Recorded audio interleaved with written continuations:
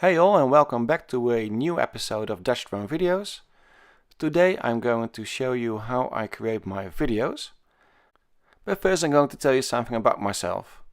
I like everything remote control, like my Nitro RC car, this speedboat and this speedboat. I like making music on this piece of hardware and this piece of software. Now the movies I create using probably most of the time Imovie, and I can also choose to work with Wondershare Filmora. Now to create audio, also creating music, I use this piece of hardware, and I can recommend this piece of hardware to everybody. It's a very good USB interface and it has a very good microphone. It is condensed and it can record live instruments as well. Now for video recording, of course I use the my drone, which we already knew, and I've got a JVC HD camera. It records in 1080p, and I've got an Eken 4K sports camera to use for multi-channel video. Okay, well, the process of creating a video, how I normally do it, is pretty basic. I want to keep it standard to give every video the same experience to the viewer, and also to keep it recognizable. So on YouTube I use a template as a video thumbnail, in which I only change the background and the title, and use that as a thumbnail, so every thumbnail looks the same, only with a different background. And the video, I try to keep them the same as well. I use the same building blocks almost every time. It depends on the software package I use and the video editor I use. In here I use Imovie right now, but I can also choose to work with Filmora from Wondershare, which is a application that gives a bit more flexibility in creating a movie, especially looking at rendering titles and giving a bit of extra flair to a video. It has a bit more effects, a bit more sounds, a bit more music. It's a bit more expanded than the standard iMovie from Apple. But the downside of Filmora is that the rendering area and the preview area is not in HD, so the quality of the preview is poor. In iMovie though, the preview is in HD, as you can see in a few minutes. But let's start at the beginning. The normal thing I do is add a title. I use this title, which is standard in iMovie. And I always start with the title I always use, which is the Xiaomi My Drone 4K, because that's the drone I work with. And this is going to be the title. Now I know this movie is going to be with flying above water. It's not the same as I've created in the past, but it's a different piece of material I have. So when I'm going to my media, I see the piece of video here. It's basically me flying over water from one point to another, return, and there is a nice sunset at the ending. So I want to cut out two pieces of video.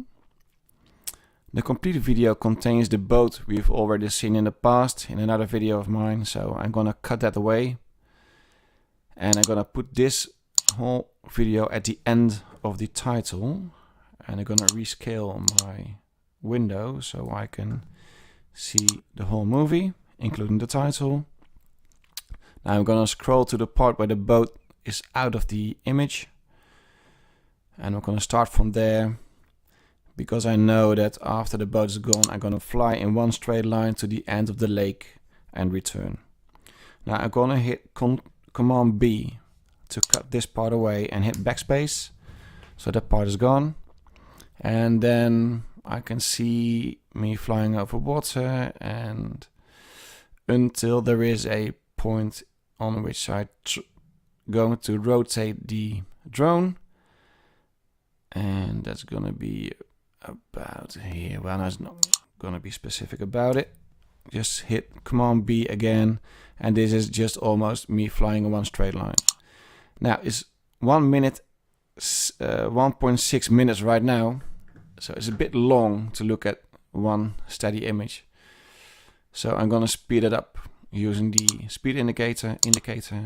I'm gonna put it on fast, and I put it in 4 times. So instead of the 1.6 minutes, the complete piece of video I want to show you is just 24 seconds, which is doable. The next part, because we're gonna switch to another piece of video and it's cut, I'm gonna cut this piece away as well, because I only want to show the return and the ending with the sunset. There it is. Here we go. I'm gonna cut it here as well. This is going to be gone, and I'm gonna use a transition to dissolve one image into the other one. And this is a nice view. I'm not gonna speed it up. It's only 36 seconds. So what I'm trying to do in my movies and videos is to keep the interesting pieces of video no longer than 40 seconds. Rather shorter than longer, to keep it interesting. You know for yourself as well, if a piece of video is not very interesting, you're gonna skip in YouTube, you're gonna hit the forward button, and there are 10 seconds gone of the movie you created. So to keep it interesting, you can keep piece of video 10-20 seconds max. This is 30 seconds. Right, you can speed it up to get it to 20 seconds, but I'm gonna put it in 2 times the speed. Now 17 seconds, which is fine. If I play this, it's beautiful.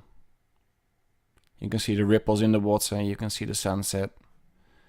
It gives a nice overview of the evening.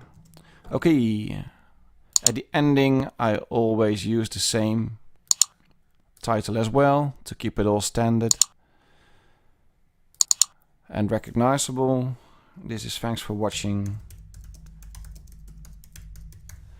And if you want to put this video on YouTube, you can use a subtitle or another piece of title to well, what I do is I'm gonna put this one on top.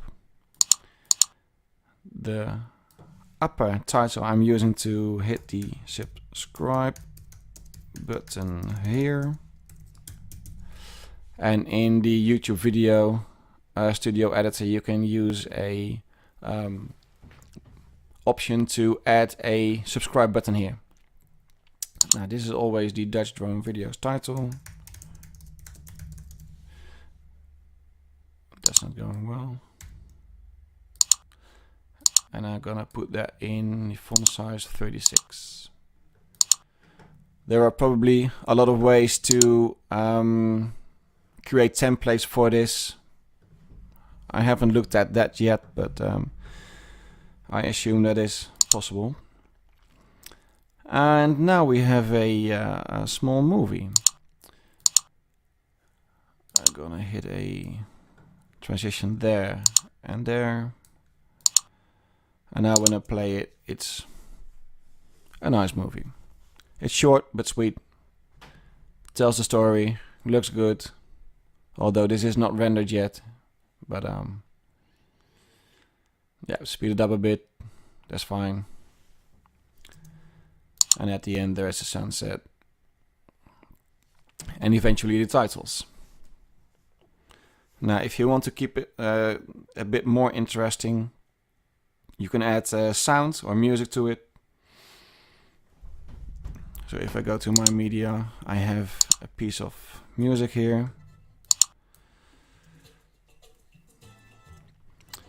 I'm gonna shorten that and create a fade out.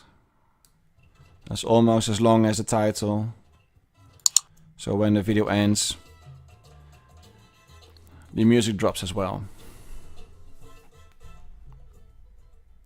And there we have it.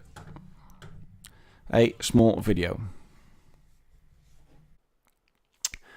Now, of course, with multiple cameras and screencasts from the application and screen recordings, you can use this video editor to create a picture-in-picture to show the viewers your distance you've been flying, or the height, the maximum altitude, etc., etc.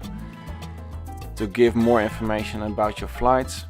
I'm gonna use this video we've just created to work towards the ending of this video. Again, it was a pleasure to create this video and to tell you guys a bit more about myself and the way I produce the videos.